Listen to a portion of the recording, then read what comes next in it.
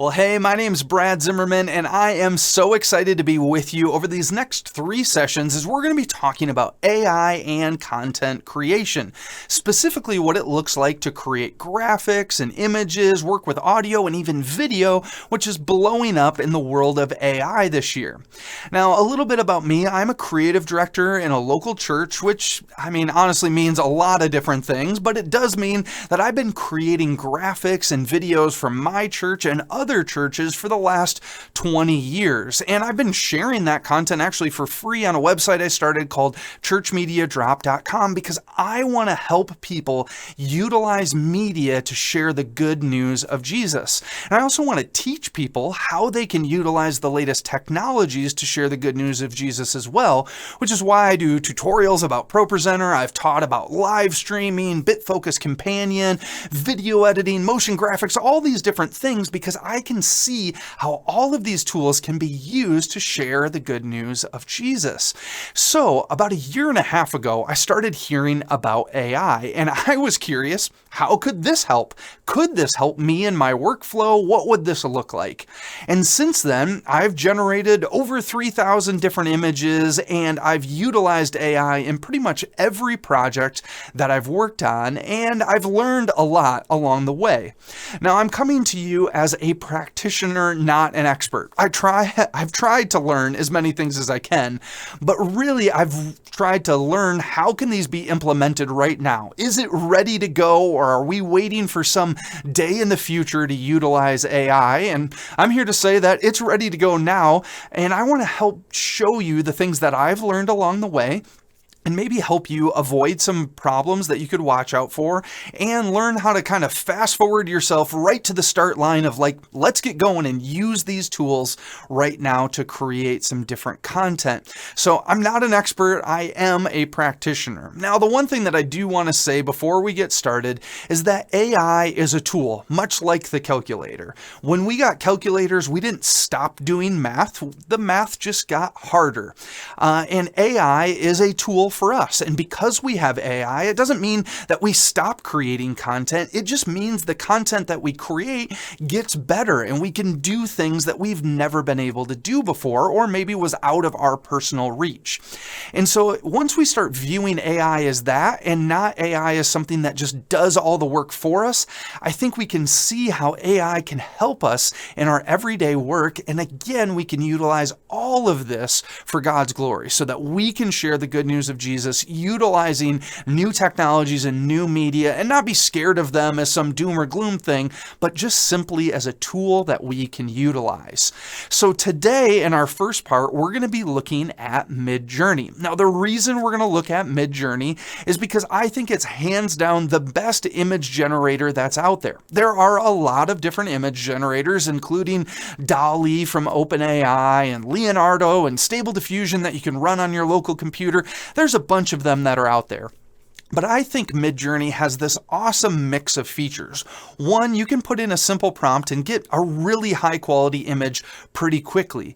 But you also have all of the different features and tools to make sure you're getting exactly what you want. And that's where the power of MidJourney comes in. Not just because it creates really high quality images, but it can help you get to your ultimate goal quicker utilizing all of these different features. So today we're going to dive into MidJourney and look at how to utilize all of those. Now, if you're just getting started with MidJourney, I do want to preface this by saying that originally MidJourney was built on Discord, which is a messaging platform similar to Slack. And you would type in your prompts, you do /imagine and then type in your prompt of what you want, and it would send you back an image from that prompt.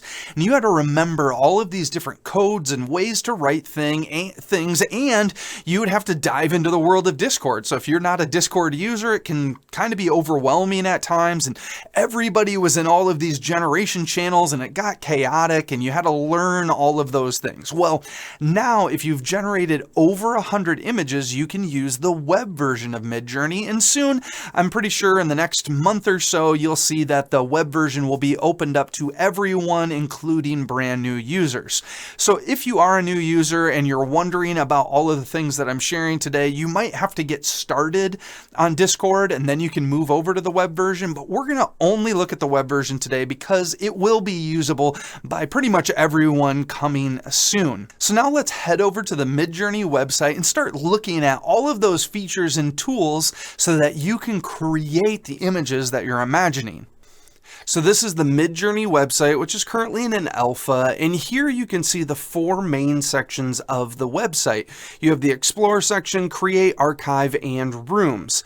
In Explore, you can go and see different images that other people are creating. So you have the Random tab, Hot, Top Today, this week or this month, and you can go through and check out different images that are in here, and you can go and say like, well, I really like this image. I'm curious what other ones are in this style. So you can go click on the search icon and it's going to go search for images that are similar to this one. So this is kind of what futuristic farming here with kind of holograms and some plant life in a garden.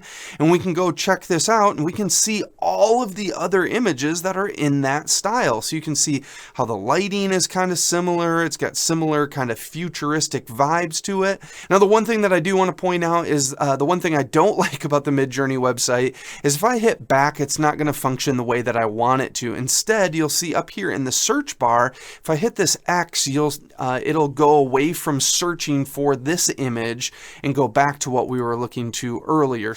Now, we can also go through and we can like different images. So I like that image. That's pretty cool. I also really like the composition of this one, and maybe this girl down here at this table is pretty cool. And I could see this image and this composition being really great for a promotional design, and so I'll like that one as well.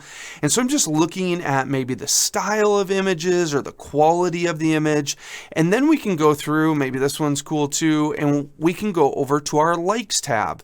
And this is where all of the things that we have liked show up. So anything that you've liked will show up in your likes tab. So your likes you can think of as a place for you to store an archive of ideas, things that you think look really nice, and it's a great place to go and learn how other people are prompting. So we could go check out some of these prompts. So here's a prompt of a girl is happily sitting in an amphitheater between a garden space on a laptop, and then it shows what camera was used, what the focal length was, composition, type, outdoors. So this is one way to prompt, and we can X this out, and then we can go and check out this one, and we can see this is just a cute student writer at a table classroom in elementary school. A student takes a test in an elementary school, children writing notes in class. And so here's all of what that prompt was and the aspect ratio. So you can see all of the different ways that people go through and prompt. And this is really helpful for your understanding of how to write prompts. But the other thing that I want you to know is that you can actually use other people's prompts because of the way that